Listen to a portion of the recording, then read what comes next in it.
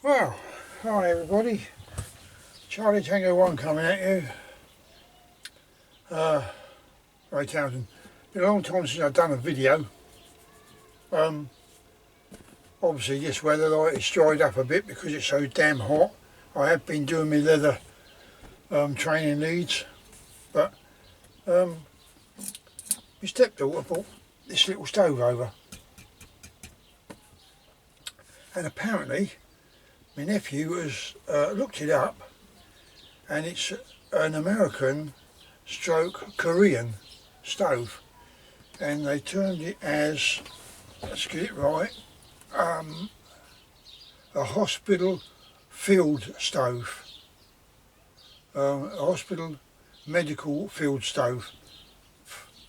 The legs fold under, but obviously it stabilises it more this way.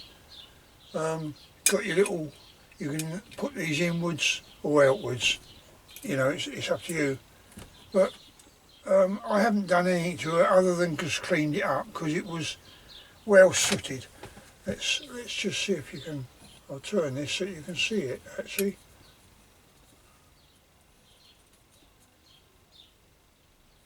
There you go, I'll just zoom it in. That should help you, I hope. I did have to renew the rubber washer on this cap. There's no pressure release on it. It runs on the same principle, I think, as the Sphere 123, although that has got a pressure release cap on. So you could say, I think they've run it on paraffin, obviously.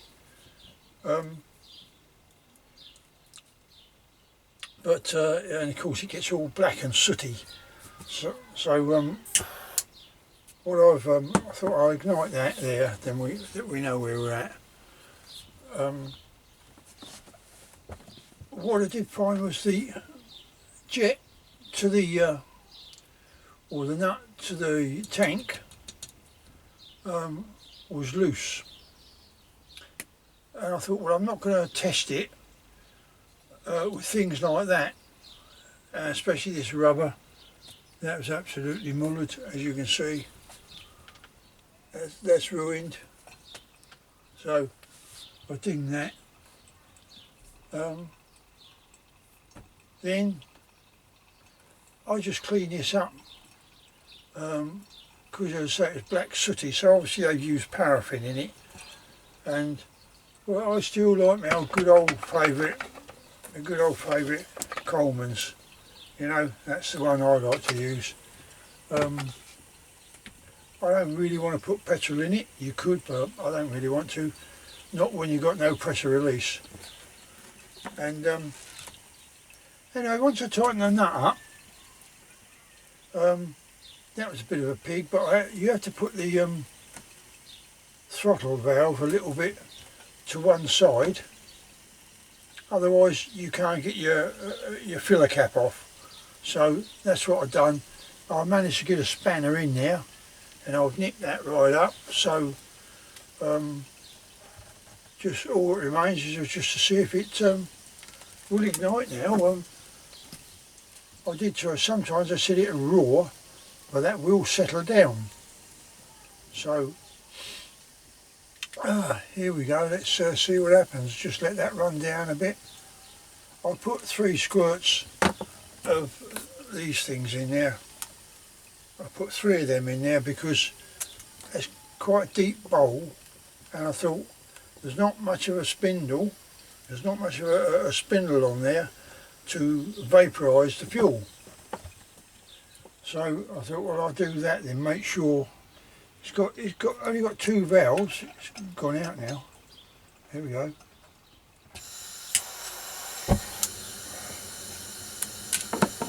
How about that then?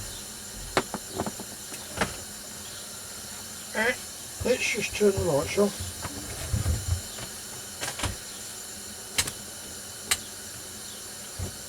I don't know about you, but I think it's like, and the heat coming off of that is unbelievable. And I think it's a lovely little stove. You could certainly take that camping. And that's what it is.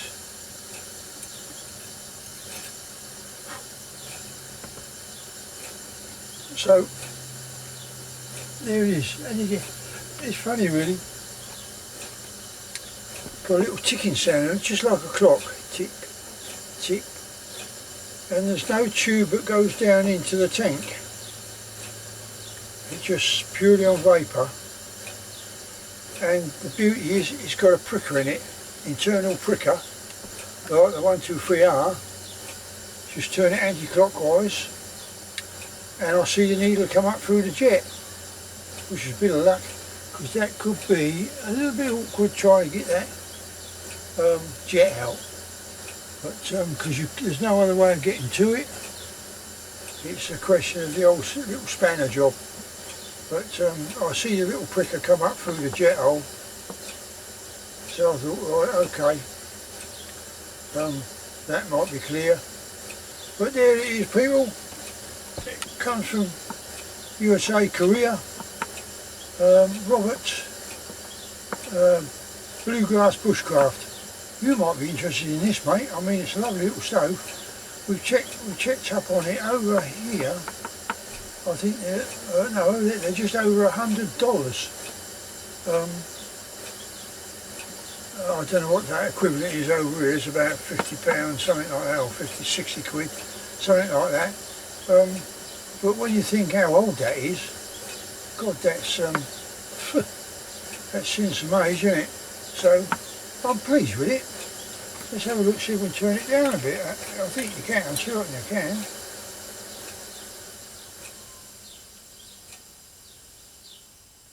Look at that, you can simmer it. Brilliant. Brilliant little thing. Just turn it a little bit more and it turns it off. So let's put the lights back on. Oh, yeah. And as you can guess, I ain't been in my shed much today, because at the moment it's dropped from 110 down to 100.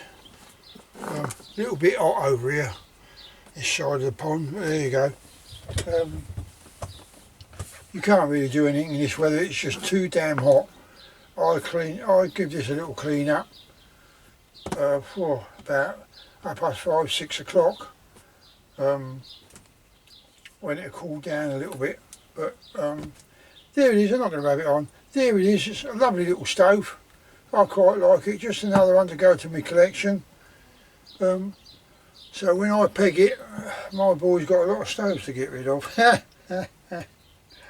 So I'll finish it there and I'll sign off by saying thanks very much for looking at my video.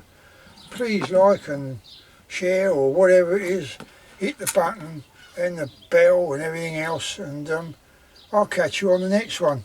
Hopefully it won't be quite so long as this one. Ta-da for now.